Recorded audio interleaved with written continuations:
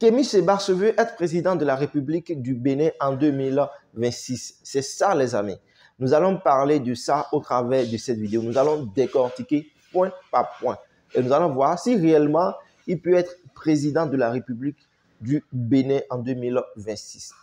Alors, pour ceux qui ne me connaissent pas et qui me découvrent pour la première fois, je suis Ricardo Dossou, je suis un entrepreneur et sur ma chaîne YouTube, je partage des opportunités de business avec vous, chers amis. Donc, ce que vous allez faire, c'est de vous abonner à la chaîne et de cliquer sur la cloche de notification, chers amis. Et si vous êtes intéressé pour l'investissement au Bénin, vous voulez acheter des terres agricoles, vous voulez acheter des terrains sur lesquels vous allez pouvoir construire votre maison ou mettre sur pied des projets immobiliers, nous avons la société Smart Life Immobilier qui vous accompagne dans ce sens. Et vous avez également la possibilité de leur confier la construction de votre bien, de votre maison. Ils vont pouvoir vous accompagner, les amis.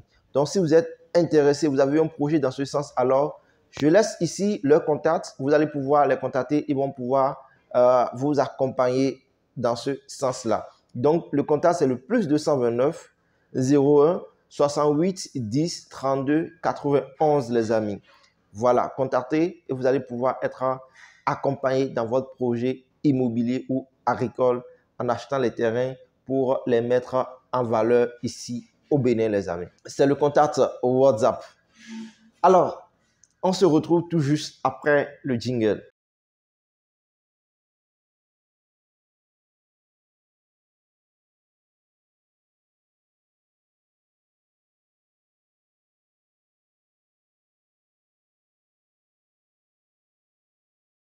Donc, comme je le disais tantôt, nous avons notre cher ami panafricaniste Kémy Séba qui se veut être président de la République du Bénin en 2026.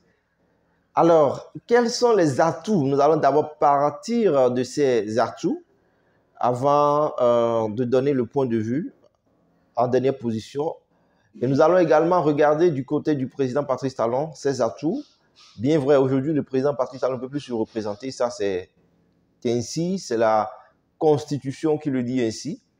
Alors, lorsque nous prenons le président de l'ONG Urgence panafricaniste, qui est Kémy Séba, nous savons que c'est un homme très véreux qui se bat pour une cause noble. Nous n'allons pas, et au grand jamais, qui ne se bat pas pour n'importe quoi, non. Il se bat pour véritablement l'émancipation et la libération du peuple africain, du djungel colonial, donc des mains de nos colonisateurs, en l'occurrence des mains de la France. Et lorsqu'il se bat ainsi, il ne se bat pas uniquement pour le Bénin, pour le Burkina Faso, pour le Niger, non, il se bat de manière globale, donc pour tout le continent africain. Pour ceux qui le suivent souvent, vous allez voir, il n'est pas uniquement au Bénin, il n'est pas uniquement en Côte d'Ivoire ou bien au Sénégal, non, il est sur tout le continent, les amis. Bien vrai, il a beaucoup plus sa présence en Afrique de l'Ouest parce que c'est là où les Français ont beaucoup plus colonisé ou pratiquement colonisé les pays qu'ils ont sous domination. Voilà. Donc, il se bat pour leur libération. Alors, dans sa lutte, nous avions vu qu'il est un homme audacieux, un homme qui n'a peur de rien, un homme qui est prêt à affronter le mal, donc la réalité, et c'est également un homme, pour ma part, stratège, dans la mesure où, je me rappelle, il y a de cela, quelques années en arrière, 1 an ou 2 ans comme ça, il avait dit qu'ils allaient remplacer le président Bazoum, qu'ils allaient remplacer le chef, l'ancien président burkinabé. Ils ont eu à faire tout ça là. Moi, je ne sais pas comment ils fonctionnent, quels sont ceux sur quoi ils se basent, mais le monsieur, il se lève dans cette déclaration, ce qu'il dit, on voit après, ça se passe. En tout cas, je ne sais pas si vous-même vous avez fait le constat, mais c'est le constat que moi j'ai eu à faire à partir de ses propos. Il le dit souvent et quelques temps après, tu remarques la chose que ça se réalise. C'est là où on se demande, bon, comment il est installé, qui sont ses alliés. Bien vrai, nous savons que c'est quelqu'un qui est beaucoup plus avec les Russes pas que les Russes, il est vraiment avec ceux-là qui sont contre le monde occidental. Il a fait pour amis les ennemis du monde occidental. C'est ça. Notamment les ennemis de l'Europe, notamment des États-Unis, de la France, de la Grande-Bretagne. Il a fait de leurs ennemis à eux, lui, ses alliés. C'est ça, les amis. Donc, il communique autour de son projet et récemment, il a fait sa sortie. Il a dit clairement qu'il veut être président de la République au Bénin. Lorsque nous prenons le Bénin, l'atmosphère dans laquelle nous sommes actuellement au Bénin, pour ma part, je dirais que ce n'est pas une atmosphère aussi dangereuse, une atmosphère aussi minable que ça. Non. Non et non. Le Bénin, d'abord, dans un premier temps, est un État souverain. Le président Patrice Talon est là par sa propre volonté. Non, c'est le peuple qui l'a établi là depuis 2016. Même si après, nous avions eu des événements qui se sont passés au cours de son mandat. Mais quand même, c'est le peuple qui l'a choisi et l'a mis là, les amis. Et lorsque nous prenons Kémy Séba, il y a une frange de la population, notamment de la jeunesse, qui est également active et qui est à sa cause, qui le soutient bec et ongle. Donc, il est quelqu'un où, lorsqu'il se lève aujourd'hui, il va faire un meeting ou bien il fait une sortie, vous allez voir la foule derrière lui parce qu'il est devenu une personnalité publique, pour ne pas dire une personnalité publique influente. Donc, il sort aujourd'hui, vous allez toujours voir de l'affluence autour de lui. Maintenant, lorsqu'il a déclaré qu'il veut être président de la République, et nous voyons ce qui se fait actuellement au Bénin, qu'est-ce que le président de l'ONG Urgence Panafricaniste veut nous apporter à nous qui sommes les Béninois, les amis? Qu'est-ce qu'il veut nous apporter aujourd'hui? Le peuple a besoin de deux choses, principalement.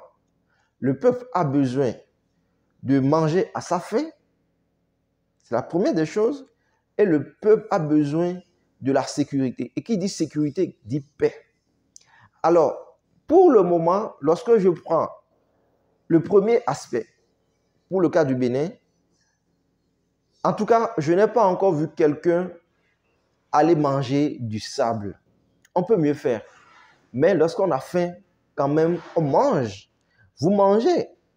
C'est ça, les amis. Donc, ici au Bénin, on mange. Même si les gens, aujourd'hui, il y en a qui n'arrivent pas à manger 3 fois ou 4 fois par jour, au moins, ils arrivent à se nourrir d'une manière ou d'une autre. Moi, j'ai fait un peu l'ensemble du pays.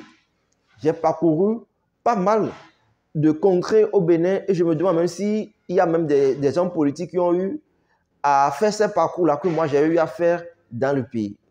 Les endroits où moi je suis allé. Moi j'ai pris des risques pour me rendre à certains endroits pour voir comment les choses se font là-bas, comme les conditions des gens et autres. Bien vrai, les conditions ne sont pas 100% satisfaisantes, non. Lorsque vous allez vraiment au nord, franchement, ce n'est pas la peine.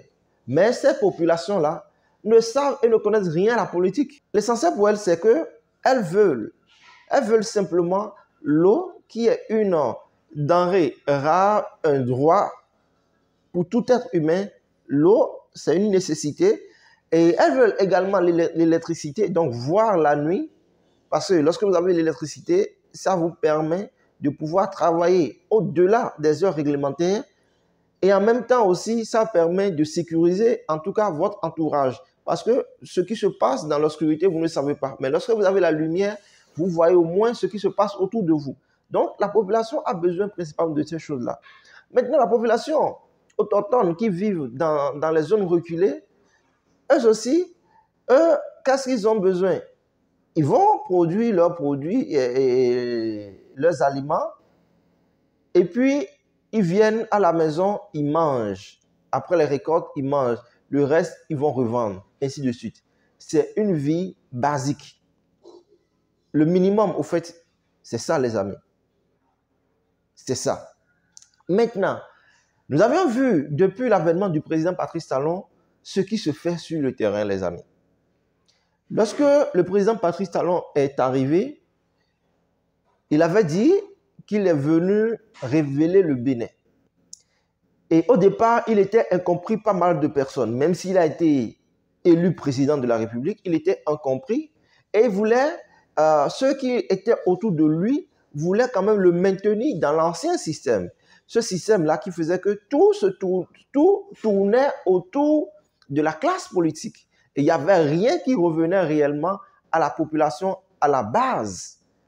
Et le monsieur, il a vu, il a décidé de faire autrement et il a commencé par mettre sur pied des réformes. De réforme en réforme, de réforme en réforme, et d'action en action, nous sommes en arrivée, nous sommes là où nous en sommes aujourd'hui.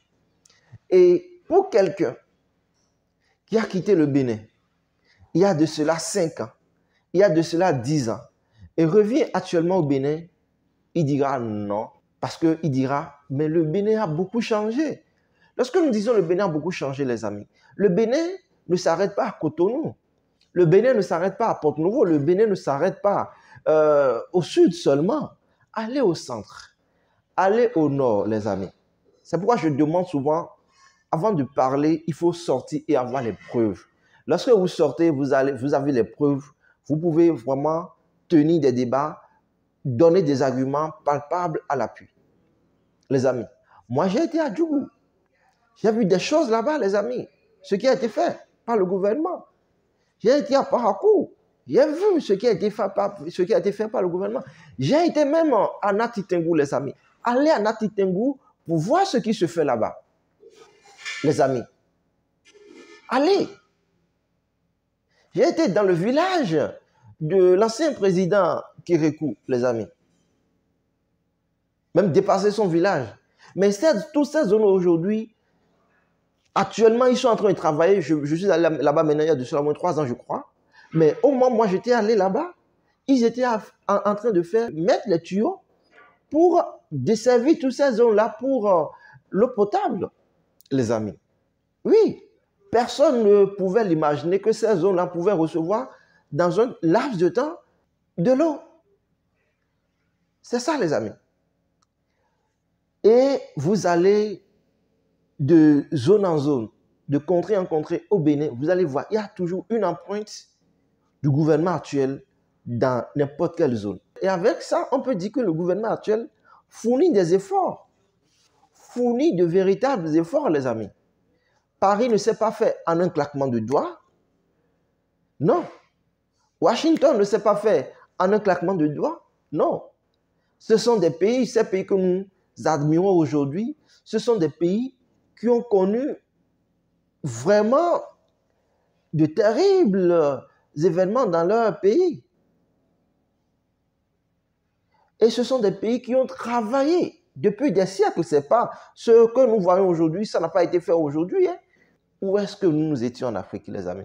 Vous voyez un peu. Donc aujourd'hui, le président Talon a vu que nous pouvons aller un peu plus vite. Lorsque nous prenons le cas de la Chine, lorsque nous prenons le cas de l'EUA, nous voyons que ces pays-là étaient au même stade que nous, pays africains, et rapidement aujourd'hui, ils sont des pays développés. Donc nous-mêmes, nous pourrons faire la même chose. On n'a plus besoin d'attendre pendant longtemps pour se développer. Donc ils sont en train aujourd'hui de mettre les choses sur pied au Bénin.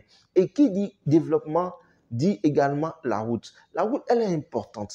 Elle est très importante, les amis. La dernière fois, j'étais allé à Djidja. Je prends juste cet exemple-là. Du goudron depuis que je suis sorti de ma maison. Du goudron depuis Cotonou jusqu'à Djidja, c'était rien que sur le goudron, les amis. C'était rien d'autre que sur le goudron. Jusqu'à l'entrée de Djidja. Parce que le goudron, ça s'est arrêté au niveau, tout juste après la mairie, vous allez un peu devant, ça s'est arrêté là. Mais dans le programme, c'est qu'il y aura le prolongement de cette voie-là, les amis. Et ça permet, lorsque les populations vont faire leur récolte, de pouvoir rapidement convoyer leur récolte sans beaucoup de tracas. En saison pluvieuse, vous savez, est-ce que vous avez déjà eu la vie paysanne pour savoir comment c'est pénible pour les paysans de transporter leurs marchandises, leur production des champs Donc, vers des zones de production, vers les marchés ou bien les magasins. Ce n'est pas de l'amusement, les amis. Donc, lorsque nous prenons tout ça aujourd'hui, nous voyons qu'il y a un effort qui se fait. Il y a pratiquement tous les domaines. Hein. Il y a un effort qui se fait, les amis. Lorsque nous prenons également pour l'électrification, c'est la même chose. Un effort se fait dans ce sens-là. Donc aujourd'hui, est-ce qu'on va décider de laisser tous ces efforts qui se font et tout recommencer à zéro? Pour ma part, moi je dis non. Il n'est pas question que nous puissions tout laisser et recommencer à zéro. Non, non, non, non. Parce que l'avènement de Kémy Séba au pouvoir, s'il arrivait, qu'il soit élu président de la République au Bénin, il faut savoir que tout ce que le président Patrice Talon fait aujourd'hui, franchement, il va mettre un terme à tout ça. Il va mettre un terme à tout cela. Et changer les partenaires, parce que nous savons, lui et les Français, c'est chien et chat. Et il va changer les partenaires. Lorsqu'il va changer les partenaires et adopter de nouveaux partenaires, les choses, est-ce que nous allons voir les choses dans la continuité comme nous le souhaitons? Ça, c'est un point. De deux, sur le plan sécuritaire, il va demander à ce que nous puissions joindre les pays de l'AES. Je ne refuse pas que nous puissions accompagner les pays de l'AES. Mais actuellement, nous sommes dans la CEDEAO. Si nous voulons quitter la CEDEAO, quittons la CEDEAO, mais ne soyons pas seulement 2 ou 3 personnes qui avons quitté la CEDEAO. Ça va être un peu difficile pour nous. Parce que si nous quittons la CEDEAO, l'option suivante, c'est de venir au niveau de l'UEMOA et maintenant quitter la zone franc CFA. Est-ce que vous comprenez un peu? Donc, laissez maintenant le franc CFA. Parce que le nerf même de la guerre, c'est ça, c'est l'argent. C'est ça, les amis. Donc, quitter le franc CFA pour avoir nous-mêmes notre propre monnaie. Lorsque je prends le cas du Nigeria et du Ghana, lorsque vous prenez leur économie, c'est une économie plus ou moins florissante, mais en temps d'inflation, en temps de récession, lors de ces deux événements économiques, les populations de ces pays ne s'en sortent pas, les amis. C'est très difficile pour eux. Parce que leur monnaie se déprécie très vite. Très, très vite. Très vite. Ça se déprécie très vite. Tu peux acheter aujourd'hui le Pure Water à 10 Ghana Cedis, à 6 Ghana Cedis. Le lendemain, on te dit que le même Pure Water que tu avais acheté la veille n'est plus à 5 Ghana Cedis ou 6 Ghana Cedis, mais c'est plutôt passé à 10 Ghana Cedis. Et ton salaire n'a pas changé. Le transport, ça change à tout de rôle. Le transport que tu as pris aujourd'hui à peut-être 10 Ghana Cedis, demain, pour le même parcours, la même distance, ce transport, tu prends le même bus, ils vont te dire quoi? Que c'est passé à 15 Ghana Cedis, les amis. Est-ce que vous comprenez un peu? Est-ce que vous comprenez un peu? Et toujours dans ce sens, ton salaire n'a pas changé. Ton salaire n'a pas changé. Il faut vivre dans ces pays pour voir et comprendre de quoi je parle, les amis. Nous allons quitter le franc CFA. Mais moi, je dis, si nous devons quitter le franc CFA, quittons le franc CFA de commun accord avec d'autres pays et nous allons mettre en symbiose nos économies. C'est ça, les amis. Parce que pour l'heure, quelles sont les ressources que nous, au Bénin, nous avons? Des ressources qui peuvent soutenir réellement notre économie sur le long terme. À part ce que le président Patrice Talon est en train de faire aujourd'hui pour faire du Bénin un pays touristique, dont nous allons faire reposer nos ressources aussi sur ce côté-là, donc sur le tourisme, et maintenant exploiter un peu notre richesse, nos richesses naturelles, et puis ajouter à ça l'agriculture, les amis. À part ça, quelles sont les richesses potentielles que nous avons maintenant? Nous allons dire, bon, le Bénin possède assez d'or, donc nous allons utiliser cette ressource-là pour avoir notre propre monnaie, etc., comme les autres, comme certains pays de la sous-région, les amis. Vous comprenez? Donc, c'est vraiment dur à dire si vraiment le président de l'ONG Urgence panafricaniste venait à être président de la République. Franchement, moi je dirais pour lui ne pas être président de la République. Parce que le Béninois aujourd'hui est dans une dynamique. Et le Béninois aujourd'hui est prêt à accompagner le président Patrice Talon pour vraiment que ce qu'il fait aujourd'hui puisse continuer. Parce que nous voyons les réalisations, ce n'est pas des propos qui sortent de la bouche, non. Si ce que le président Patrice Talon fait aujourd'hui, nos anciens présidents avaient eu ce courage de le faire et de ne pas rester dans la politique politicienne, s'il avait eu ce courage pour passer réellement le Bénin à un niveau de développement, je pense que nous ne serons pas là aujourd'hui en train de parler. Non, le Bénin serait déjà à un niveau vraiment très avancé en matière de développement. Donc, nous ne pouvons pas continuer aujourd'hui sur... nous ne pouvons pas avoir cette chance aujourd'hui et dire que nous allons tout arrêter, tout de go comme ça. Ce n'est pas possible. Kémy Séba pourrait être président de la République au Bénin, mais pas en 2026. Peut-être 2031, peut-être, hein, 2031 et autres, je ne sais pas. Mais ce qui est sûr, pour 2026, il ne pourra pas. Je sais, ça c'est une stratégie qu'il a mise en place pour voir ce qui se fera. Et je dis également, ce qu'il a dit en dernière position, où il va mobiliser la frange, ses partisans et autres, pour passer à la vitesse supérieure afin d'avoir gain de cause pour la révision du code électoral. Je pense qu'il doit mettre de l'eau dans son verre pour franchement, revoir sa position parce que le Bénin est un pays de paix.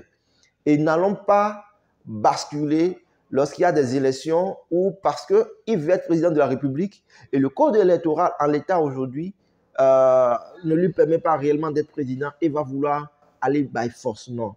Lorsque nous sommes sur le plan politique, on va avec des stratégies.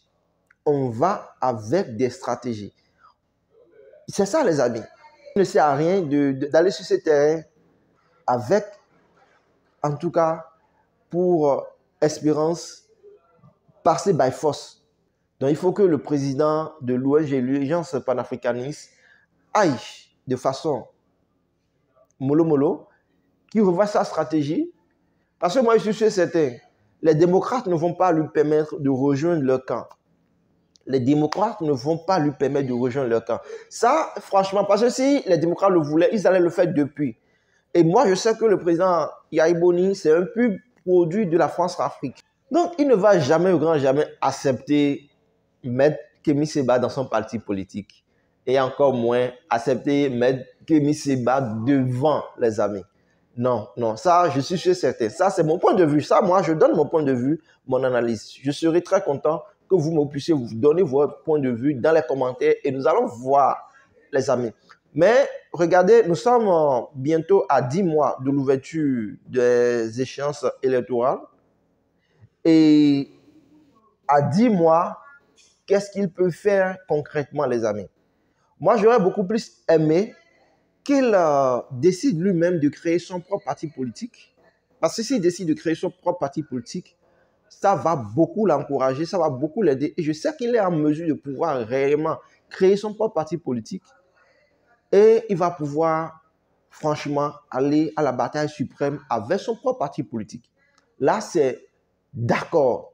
Mais rentrer directement dans le parti des démocrates serait également mettre à terre tout ce que le président Talon aujourd'hui a fait au niveau du code électoral.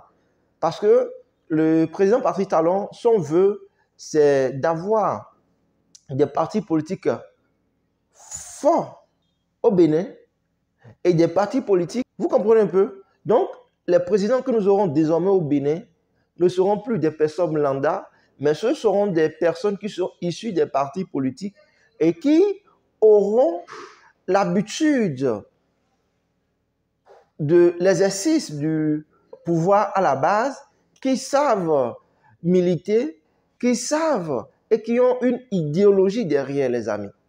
C'est ça, c'est ça. Donc, voilà mon point de vue par rapport à la situation. Pour ma part, Kémy Séba ne sera pas président du Bénin en 2026. Ça c'est un effet d'annonce. Et il a bien fait de le faire pour que nous puissions savoir que, bon, il est là et il se veut vraiment être candidat de la République et président de la République. Mais son temps viendra, il pourra être président de la République. Mais pour l'heure, nous ne pouvons pas arrêter en si bon chemin ce que nous sommes en train de faire actuellement au Bénin. Absolument pas. Il va patienter. Il sera en train de peaufiner ses idées de telle sorte qu'au moment opportun, il pourra se présenter. Mais pour 2026, il y aura la continuité. Et c'est le peuple même. Hein. Lorsque vous prenez aujourd'hui le président Patrice Talon, il décide de faire sortir une personne et de la désigner comme son favori pour les élections présidentielles, les amis, celui-là passera. Tout ce que le président Patrice Talon a fait aujourd'hui au Bénin, je ne dirais pas que tout à 100% est parfait. Non, il y a des choses, beaucoup de choses à refaire, surtout dans le monde agricole. Il y a beaucoup de choses à faire à ce niveau. Au niveau de la santé aussi, il a fait un effort, mais il y a encore beaucoup d'efforts au niveau de la santé à fournir parce que la santé est très, très importante. Et vous ne pouvez pas tomber malade. Et vous sortez, vous allez à un hôpital, on vous dit d'aller à tel hôpital, ainsi de suite, et on vous trimballe, sachant bien que vous êtes malade et vous n'êtes pas en mesure de pouvoir recevoir automatiquement des soins de premiers soins, les premiers soins, sans même d'abord débourser de l'argent de votre poche. Il y a ce côté-là qui est à revoir sur le plan, sur le plan de la santé. Donc, je pense qu'avec les années à venir, nous allons pouvoir changer les choses à ce niveau, les amis. C'est ça.